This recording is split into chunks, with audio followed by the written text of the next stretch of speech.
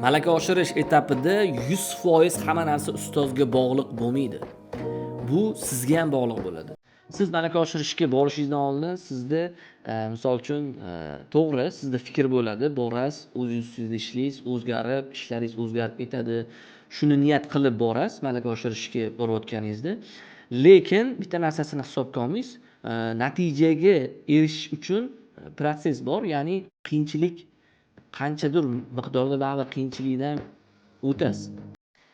O'zingizni ko'proq ishlaysiz. Qaysidir o'quvchi tezroq o'yladi, qaysidir sekinroq o'yladi.